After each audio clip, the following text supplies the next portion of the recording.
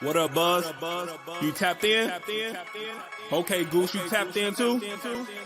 All right, Chicago, y'all tapped in? All right, boys, let's crack 'em. Feel like Mike in the fourth with the ball in my hands and I'm taking a shot. I'm the king in the madhouse on Madison, whether I make it or not. Now the crowd going crazy, they watching the play and I'm watching the clock. Got my shot in the air and the buzzer go off and I'm watching it drop. This team did things, MJ shot City 6 rings. D-Rose too big, too fast, too strong, history. And we good on that, put Jilla on the track and we good on whack. 3, 2, 1, everybody say Bulls on tap, Bulls on tap. Our city pretty and gritty, Benny the bull in the crowd getting hyper and litty. Me, I'm so drippy, it's slippery, nothing offends me. Banners on banners, we winners, we got the stats in the news. Go and subscribe, hang out with Buzzy and Goose. Tapping with us, we the truth, Jilla just murdered the booth.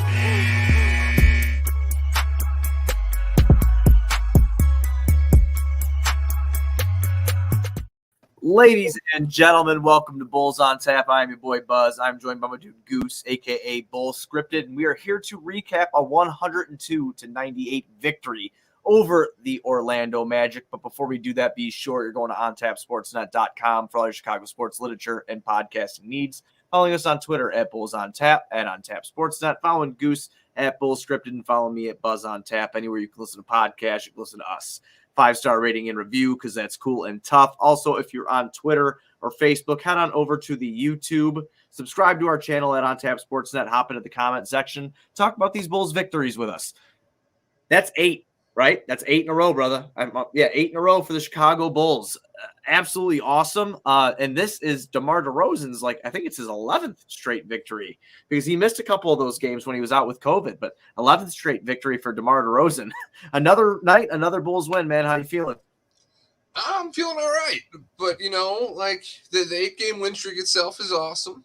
But like we were kind of talking off the air, this last 3 games have been a little close. It's been a lot of fun. It's obviously exciting as hell, but hopefully we clean it up as we start to get these guys back because letting Franz Wagner and Wendell Carter hang around tonight had me a little queasy there in some moments. Franz Wagner. He's got such a badass name, that Franz Wagner. I like him. I love how Stacy and Adam are trying to give him some Rookie of the Year acclaim too, which I think is kind of fair, actually. I mean, the guy is, I know Orlando's real bad, but Stacy had said, well, it's team record. I'm like, this is not MVP. Just want to throw that out there. If you're a rookie and you can even make somewhat of an impact on your team, I think you should be considered for the award. But Franz played really good tonight. But yeah, I was worried, like you said. 3 straight games, 3 straight close victories. Holy shit, man! They've just been very. Would you say entertaining is the right word, or scary? I mean, I guess a little bit of both. Entertaining, scary, a little bit of both. I mean, I guess when you got the king of the fourth and DeMar, with second best clutch numbers, I think they were saying during the broadcast, behind only Joel Embiid. Most clutch scoring, yes, yeah. So Embiid has the most clutch scoring in the NBA. I think clutch statistics and closing out games, I believe it's DeMar and Zach had the best stats. Pretty sure in clutch time, I should say in clutch time. Yeah, but Embiid has the most clutch points. Okay, so points total Embiid. Yeah. Percentages and numbers in general. DeMar, it'd be DeMar and Zach, yeah. With him there, these close games, you feel comfortable, which is nice because we haven't had that. Usually it was just Zach or nothing, and when teams can just load up on Zach, it's really not a fair ball game. Now teams kind of have to play us straight because you can't load up on DeMar too much because you have Kobe White, Zach LaVine, Nikola Vucevic, Lonzo Ball, I believe was the closing 5 tonight out there. Mm-hmm. You have these options now, and you can't load up on these guys in these clutch moments. Zach with that super, that step back 3 that blew my mind. That was a huge shot at the time too, because that was right before the Lonzo's foul on the 3-point shooter there on Wagner. That was just fucking. But I know what you're talking about. That step back 3 by Zach in the fourth was just huge, man. I mean, you have multiple guys that can hit big shots. And I mean, we're not really even talking about Vooch in this aspect because of what Zach and DeMar have been doing. But holy shit, even Vucevic, he had a couple big shots tonight. I mean, I know they only hit 5 of them, but in the fourth quarter, he had a nice back down to stop the bleeding on Wendell Carter Jr. with the He posted up on Wendell, brought him to the paint and hit I think it was a lefty, like a lefty little hook floater thing. And then he also hit a jump shot there. Big rebounding and defense by him too. I mean, a lot of closers on this team. Like you said, if you can't get to Zach, you got to deal with DeMar. If you got to try to, put focus on both of them, then you got Vooch. It's insane. Kobe with confidence to close. I was just about to talk. Yeah, I was just about to say Kobe White. Holy shit, is he back, bro? Like, this is some like rookie year Kobe White vibes. I don't know how you feel. That's how I feel. This is like what everybody was comparing him to Ben Gordon. Remember, not like in that, but that's the role that he was supposed to play. And I think that time starting with Lonzo being out due to the COVID protocol, and then now Kobe White like getting those minutes and then transferring to the bench and coming in and providing that scoring, absolutely huge. 17 points for him, 7 for 11 from the field, 2 for 5 from downtown, 17 points, 2 assists, 2 boards for Kobe White tonight. The confidence is oozing out of that kid right now, which is amazing to see after the injury and the protocols and just constant setbacks for him to start the year. Now stringing these games together is amazing.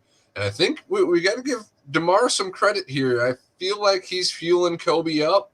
I feel like they really vibe. Oh, yeah, I agree with you. Not only, DeMar's play on the court, but just the veteran leadership and just camaraderie that he brings to the rest of these guys on the team. Mm-hmm. I think that's lifting them up a lot too. And I think we're seeing that and Kobe's just confidence in himself nightly just grow, regardless of the role, which is awesome for this team. I hope it's not so good that his trade value makes him, I don't know. It's a very sticky situation there. I want his trade value to go up, but now, how do you trade him? Right. Charles Kors from Facebook, hopefully I got your last name right, bro, asks, given his play as of late, is Kobe White no longer a guy the Bulls should consider moving in a trade for a big? Now, I think you can get away with getting 2 bigs in here. I say bigs, but I mean kind of like hybrid big, like a Harrison Barnes or a Jeremy Grant. Those are the only 2 targets I'm really looking at, unless AK blow me away with something else, which I'm sure they can. Someone who I'm not even thinking of that could fit better. But as of right now, I say nobody is untouchable because we don't know who's available. So obviously, like outside of your DeMar and your Zach, I'm not talking about like those kind of guys. I'm talking about, like your bench players that are doing something, or even a young raw prospect like Patrick Williams. But man, I've been kind of keeping the same energy during the show this year. Is I just really wanted Kobe to be a dynamic scorer off the bench. And what he has provided, whether that was starting the last few games or tonight coming back off of the bench, is instant offense, and not just offense for himself. I know it's not in the creating numbers of like assists or anything like that, but by him breaking down defenses, he is opening up other guys opportunities to get buckets. And that's what he has been doing these last 4 games. He's been unbelievable. Not to mention the shooting percentages are over fucking 50% in field goal percentage, Goose, and 3-point percentage. Both of those are over 50% in his last 4. Well, actually tonight would be the 5th, I believe. Would be the 5th straight game that he has done something like this. So I really, again, trading, we could talk about it when the time comes and what's on the table. But right now, he's fulfilling a need we absolutely need, and this is something that I bitched about in the last game, was our bench scoring. You had 23 points off the bench tonight. Kobe had 17 of them. We still don't have AC. Derek Jones Jr., who I know is not a big scorer, but he was in the starting lineup due to Javonte being out with this groin injury that he has. You add these guys back to the bench along with Kobe in the second unit running with some of the starters. You have the potential to have not only a bench that can get buckets, but fucking defend everybody. And I really dig it. Well, no. I mean, you go down the line with Kobe playing the way that he is. You have Zach, DeMar, Vooch, Lonzo, Kobe. You have 5 guys that legitimately can go for 20 points. Right. Every night. You have to account for those guys potentially going off for 20 plus. Right. And with that ability, that's hard to give up. Does Pat Williams give you 20 a night? I think, honestly, I'm glad you're talking about this now, because this is like a game that I want to break down a little bit, but like at the same time, it's like we're on an 8-game winning streak here. Everybody performed their jobs, but there's a lot of things floating around out there that I kind of want to talk about that sometimes we skip over because we do game recaps. But I love that you just bring up Pat because hang on, Boo wanted to say hello, of course. But of course we bring up Pat, but dude, we've talked about this on one of our shows. And like I was telling you about the article I wrote about it over at On Tap, like, what's your contention window? What do you believe it is? Like, I'll ask you, like, what do you believe the contention window is for this team? Do you think, like, okay, you have DeMar playing at an MVP level.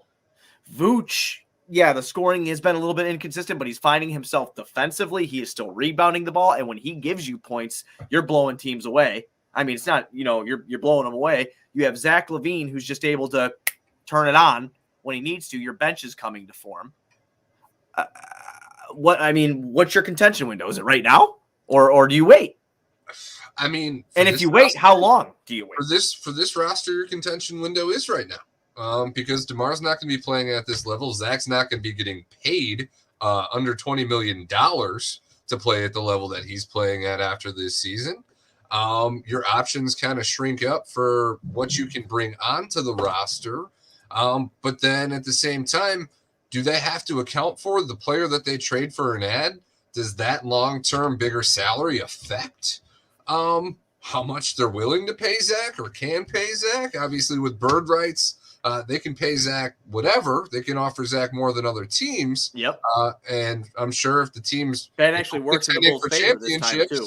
Yeah. What was that? That works in the Bulls' favor too. Being able to pay him more. I mean, the All NBA, because I mean he's on his way to All NBA. So maybe that forces their hand one way or the other, in the sense that adding that player now might be the only time that you can add them. Adding them after might not be possible. But at the same time, how much faith do you have in Pat? Do you think he's that dude? If he comes back for the playoffs, is he going to be an addition equal to that? And does that allow you to build to the future? And is that more important than upgrading from Patrick Williams to Jeremy Grant for this postseason? Right. So I love what you said there. Is like you really have to dissect it. You look at Pat at 20 years old, what some consider the future, what obviously Arturas Karnisovas and Mark Eversley, valued very highly in their draft of drafting him, their first ever draft for the Chicago Bulls, taking him at 4th. I look at the contention window as of right now. The Eastern Conference is wide the fuck open. It's wide open. I mean, Milwaukee, they're playing real well, but they're playing top of the conference type of basketball. They have Giannis, who's arguably the best player in the game right now. Then you look over at Brooklyn. You have Kyrie Irving coming back for road games. And listen, I've shit on Kyrie Irving on this podcast a lot, and I don't think he's like the greatest player that everybody chalks him up to be. But he's a very good player that can hurt you. So he's coming back for Brooklyn. You have your Miamis of the world who, hey, we're 0-2 against. We haven't played them very good. Again, there's some circumstances on why we didn't, but they also had some issues while they were playing us too, like missing Tyler Hero, and I believe they missed Jimmy for one of those games. They missed Jimmy in the first one we got. Right. So I mean, everybody's got shit going on right now, but I look at the contention window as now. And I have said, like, when we drafted Patrick Williams, when the Chicago Bulls selected him, we were on a panel together. If you're new to this show, Goose has probably eaten shit 95 times about how he was wrong about DeMar DeRozan. So past tweets can't affect my man over here because he's already said that he was wrong about that, thus far into the contract, which is very early to eat crow at any time. But that's just a testament to how good DeMar DeRozan has been playing. I've eaten shit about a million things. We both reacted very negatively when Patrick Williams was drafted, but I've always kept the same thing. I don't think that he's going to be the star of this team. I don't think he's going to be a star. I think he's going to be he'd be very good. I think he has the work ethic to be very good. But if you're going to put a trade in front of me of a guy like to match up fucking salaries, Patrick Williams and Troy Brown Jr. to, a Pistons team that was reportedly interested in him in the Patrick Williams draft night in 2020, I'm pulling the trigger on that fucking, every day of the week and twice on Sunday. That dude is what you want Patrick Williams to be. And maybe he can shoot a little bit better from 3, but he's diverse. He's versatile. He can guard different positions. He can score on different positions. As long as he comes in under an Oklahoma City Thunder, Denver Nuggets understanding of his role, that's a trade you need to go and get. In my mind, I know he's got that thumb injury, but he's sitting out too, man. He'd be fresh coming back, so. Well, yeah, and he's in Detroit, so how much of that is the thumb and how much is that Detroit saying, hey, you don't have to play? Yeah, we signed you to this big contract, but we know where we're going now. We know that we're not a playoff team, And I love what you said in the sense that, you hope, as much as Pat's been dubbed the Paw, and people are expecting him to be Kawhi Jr., the more realistic outcome is a Jeremy Grant style player, fringe all-star kind of guy, two-way player. And if you can trade up while keeping Kobe, if that's possible, like if you can trade Pat and these 2 firsts that we got to keep because tampering didn't touch us, just untouchable team there, AK pulling some strings. We have 2 firsts that we can trade this season. Can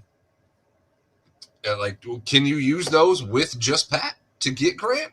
Yeah, you know what? I don't think I'd send a first. I'll be honest with you. The way and I say that now, and I don't know if we can even trade one of those. I think there's a stipulation on it. We can trade the Portland one. The Portland one. We can only trade. You're right. We can't trade this our own until draft night. Right. Okay. Yeah. Well, then you're trading the player, not the pick. Weird technicality. Right. Yeah. Exactly. Like loophole type thing. Yeah. But I mean, I don't know, man. I just don't think I can give up a pick for him. And the reason being is because of how Detroit's pouring fucking fuel on this. They're just smoldering it around before it actually explodes and making a ton of smoke. Ultimately, do you feel we're just bidding against ourselves? What do you think other teams have to offer in comparison to Patrick Williams for Jeremy Grant? I'm sure there's a ton. There's got to be a ton. Honestly, Pat Williams is a young player that has potential that fits Detroit's timeline. Right? Because, look at their team up and down. Bay, Cunningham. They have these guys that are young that Pat could grow with and potentially become a force in the Eastern Conference with not only size, but versatility. So I think that he really fits that mold well. I'm sure there's other teams. The Lakers shit they were talking, that shit's fucking broken. That's not happening. Horton Tucker is a good player. Don't get me wrong. I love the fact that he's from where we're from. He's from home. He's from the great state of Illinois, Chicago kid. But as well as he's played, I think you see ceiling. You like that ceiling is the drywall's already up on it. With Pat, maybe you could see a little bit of the ceiling, but it's fucking far up there. And it's a real huge, high risk, high reward type of trade, I think, because again, a lot of Chicago media and fans alike, they get pissed off about even talking about trading Patrick Williams. Like, this is a fucking travesty. How could you do this? I'm like, dude, the guy's played 78, 79 games for the Chicago Bulls. And we're first in the East with 2 MVP candidates and him missing all year. And an all-star center that's, kind of, declining a little bit and, I towards the end of his prime. So, the window's here. Do you think Harrison Barnes is attainable with just matching salary Portland first? Again, is there a way to keep Pat and Kobe and get Harrison Barnes? Can AK pull that off? I've seen some things about that. I don't know. I would have to go back in the trade finder and look. I believe Kobe, there was something with salaries that Kobe had to be going over to fucking Sacramento. I was playing with the trade machine when I got back from stuff I had to take care of today, and I think I had to keep adding Kobe White. But, Harrison Barnes, I think, is a little bit more realistic, believe it or not, because, look, he's another guy. He's 29 years old. He's is only 29. Why do I feel like he's been in the league for I feel like he's been in the league for 90 years. I remember him playing at Duke, and I feel like I was 6 when that happened. 29. I'm mind blown. Yeah, he's 20. He's my age. You're younger. sucks getting old. When it was like, oh yeah, I remember when I would be all excited. Look at this kid at college, and now I'm like, what did I do with my life? Look at this kid. No, at college. When it got real for me is when I'd go to play 2K and I'd create myself, and I no longer got to use my real age. Yeah, you couldn't. Yeah, you couldn't when use it really started to, and then it got to the point where it was like, shit, you should have been done with college. That's 100% why I fucking stopped playing the My Player mode, because when I put my birthday in, I'm 30-year-old rookie now. So I just go to the franchise mode. Yeah, I just go to the franchise mode now, and that's where I live. But yeah, I don't know. I think that oh well, we have something from Chai Sports Fan here too. DJJ, Troy Brown Jr. and the Tice trade exception can get you like $20 million.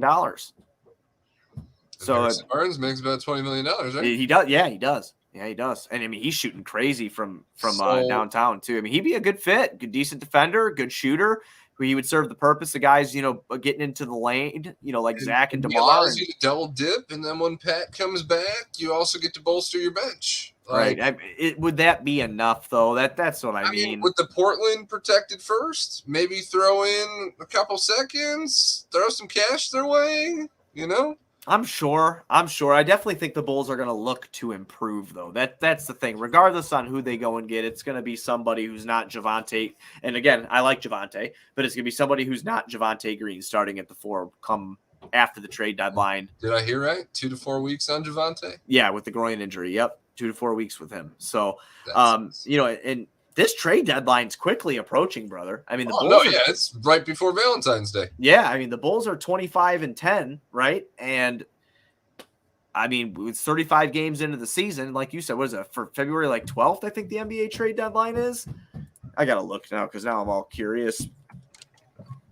Sorry, I'm being quiet, but I can't. 15th or the 13th. I didn't want to say because I'm not sold on either one. It's February 10th. Oh shit! See, sold on either. It wasn't either. Yeah, so I mean, obviously this team for the next month will probably look month and some change will look very similar to what it does now. But I'm wondering if you see a big move coming, and again, I think that would be great for the Bulls. Just to run down some box score shit real quick. For the key guys here, I already gave you Kobe's in the beginning of the episode. 11 for 24 for DeMar DeRozan, 0 for 2 from downtown. Struggled mightily from the charity stripe tonight. 7 for 13, very uncharacteristic of DeMar DeRozan. 29 points, 3 rebounds, 2 assists, 1 steal. He had 3 turnovers. He's a plus 14 in the plus minus. Vooch 5 for 13 for 13 points, 17 rebounds, 1 assist, 2 steals, 2 blocks. For him, Zach LaVine 8 for 19 tonight against Orlando, 4 for 9 from downtown. He did not miss a free throw in 7 attempts. He had 27 points, 3 rebounds, no assists from Zach tonight. Very rare, very odd to see that. He had 1 steal, 3 turnovers. Lonzo Ball in his return to the court. Real rough shooting night for Lonzo. Just going to chalk that up as him being gone for a week and a half or so. But he finishes with 3 points on 1 for 8 shooting. 7 of those attempts came from behind the 3-point line. However, he had 7 rebounds, 7 assists, 3 steals. So he had a Lakers Lonzo night. Yeah, he had a Lakers Lonzo night. Yeah. No big deal. No, I'm not. Take that. We can take that in the first night back. Yeah. As long as Kobe's still giving you 20 a night. Right. Imagine putting Kobe and Lonzo together. That would be the craziest basketball player ever. I'd be a really good basketball player. It would. I'd like to see that. It's like LaMelo. Oh, okay. It kind of is, man. Kind of like that one. Yeah, kind of like LaMelo Ball. Could score, can distribute. I mean, not as good as defensively, obviously. Nowhere near that of his brother, but jamming them together a little bit. Kobe's been good defensively, though. See, I just played into the narrative of Kobe not being a great defender, and he's been a good defender. Was it Ross? Who was trying to shake him in the corner tonight? And Terrence Ross tried to shake him, and he didn't let him. What I really loved is his defense on Bamba in the fucking first quarter. I mean, Bamba backing him. Yeah, you didn't see that? No. He's backing him down into the post, and Kobe contested the shot, and Bamba missed badly. Kobe was not moving out of the way, man. I got the end of the second and the whole second half. I did not get to see Kobe manning up Mo Bamba. I gotta go on my Twitter and look. But yeah, it was good shit. I do want to talk about Wendell for a minute. Wendell looks very comfortable in Orlando. He went 8 for 15 tonight, 21 and 10, 4 assists, 1 steal for Wendell Carter Jr. tonight. Good for Wendell. Yeah, good for Wendell. Good for Wendell. I mean, of course, he's going to have good numbers on a bum team, but, man, there was so many times in that fourth, that wide open corner 3 that he had. He was right there. He was right there. Double-rimmed. Wendell had a lot of chances to give us the dagger tonight, or at least, keep his team a little bit closer in that fourth. Yep. So, no, he definitely looks really comfortable and confident. If we saw that kind of player here in Chicago, he might not have been traded. So, yeah, very true. Very true. Good for him. Hopefully, he continues to carve out that role there and gets himself a nice payday. Absolutely. Well, that's all I got for this game. Next game, Washington. Obviously, last time we played them. Don't get Kuzma. Yeah, don't get Kuzma again, for sure. But, last time we played him, DeMar DeRozan, that crazy game winner. They're going to come in with a chip on this shoulder. I can't talk. Shoulder. Jesus, I don't know what's going on with me. I was thinking about the Bears. I was saying soldier. I don't know what was happening. But, yeah, chip on the shoulder, and they're coming in. But the Bulls are now healthier than they were. So I'm, excited. And Alex Caruso might be back, Goose. So if we get AC back, that'd be nice. Yeah, if he can take some contact, because Monday to Friday is a pretty big gap. Stacy definitely called him Malibu's most wanted. See, I was going to text you, and I was just like, damn, Stacy, you're going to do him like that? Call him B-Rad from the Malibu Tay? Like that, just unreal. Unreal by Stacey King. A couple people commented. Adam Amin in the beginning of the broadcast commented on what Caruso was wearing, and then when Stacey saw him, Stacey just started like, "Oh, look at AC! Look at Malibu's most wanted." I'm like, "Oh, come on!" Yeah, unreal by Stacey, but good. So no, getting him back and just continuing to build up this bench is gonna feel good. Because then we can finally get some continuity. We can get an idea of what we actually need. Right now, Kobe in this stretch of games is showing us maybe we don't need to trade him. Maybe he fills a need greater than the one that we're trying to fill, in the sense that somebody like Javante is giving you good minutes.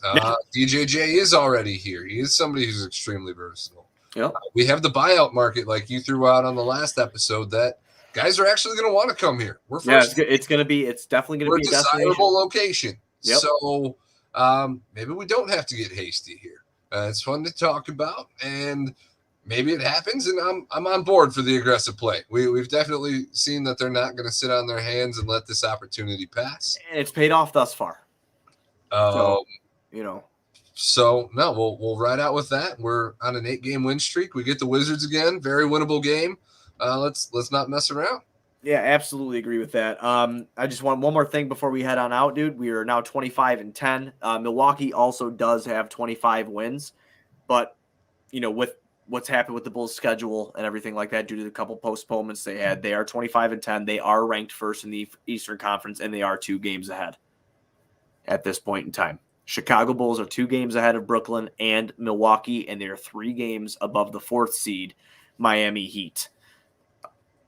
So that is creating some distance there. And yeah, one of those we are. games is Detroit, isn't it?